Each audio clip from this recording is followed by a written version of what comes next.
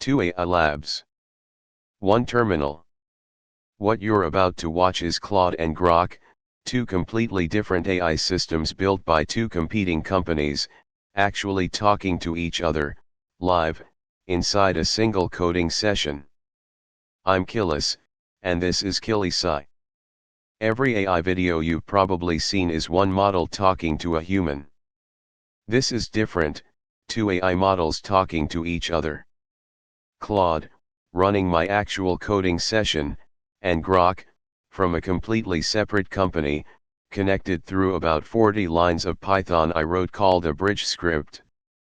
No plugin, no official integration, just an API call. Here's the whole idea. Read an API key from the environment, send a prompt to Grok's chat completions endpoint, print whatever comes back. That's the core of it. But look closer, there's real error handling here too. If the request times out, if the API returns an error code, if the key's missing entirely, each of those gets caught and turned into a clear message instead of a stack trace. That's the difference between a demo script and something you'd actually trust to run unattended. One deliberate choice, every call here is completely stateless. Claude doesn't hand Grok a transcript of our conversation, just a single prompt, every time. No shared memory, no persistent context between the two models. That's not a limitation, it's the point. It keeps the bridge simple, and it means nothing about my session leaks into Grok's request beyond exactly what I choose to send. First real problem I hit. This machine's SSL verification just fails outright the moment you try to make an HTTPS call. A corporate root certificate that Python's default trust store doesn't like. If you've ever seen certificate verify failed and had no idea why, this is usually why. Some antivirus or corporate network tooling installs its own root certificate to inspect encrypted traffic, and Python doesn't trust it by default.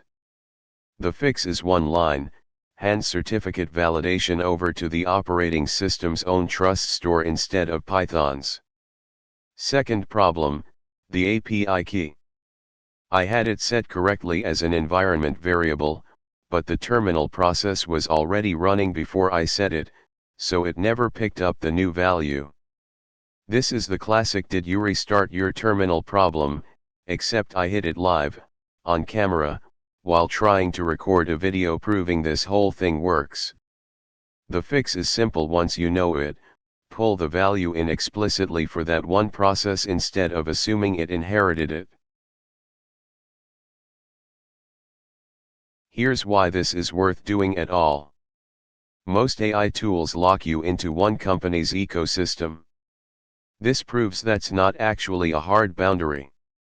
If a model exposes an API, you can compose it with any other model, the same way you'd combine any two services.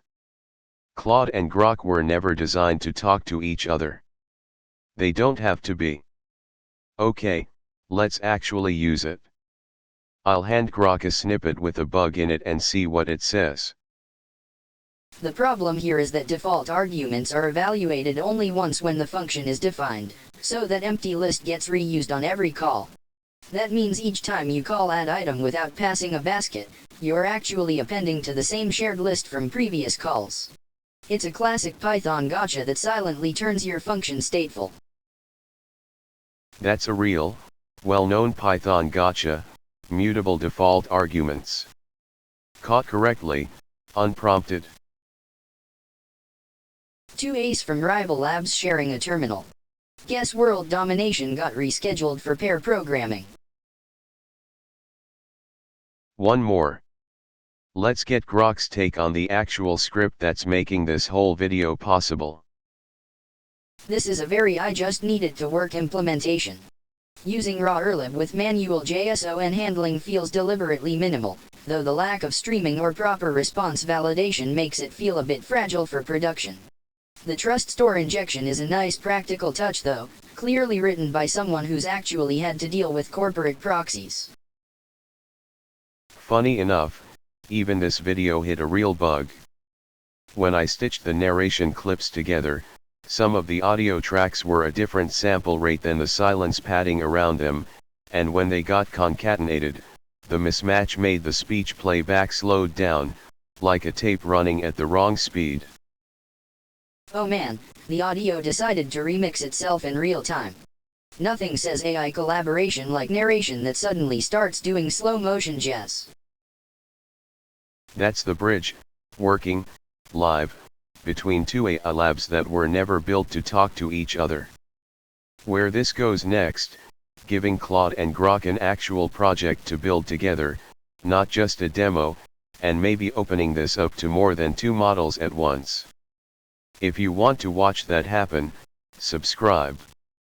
This is KillisAI, and we're just getting started.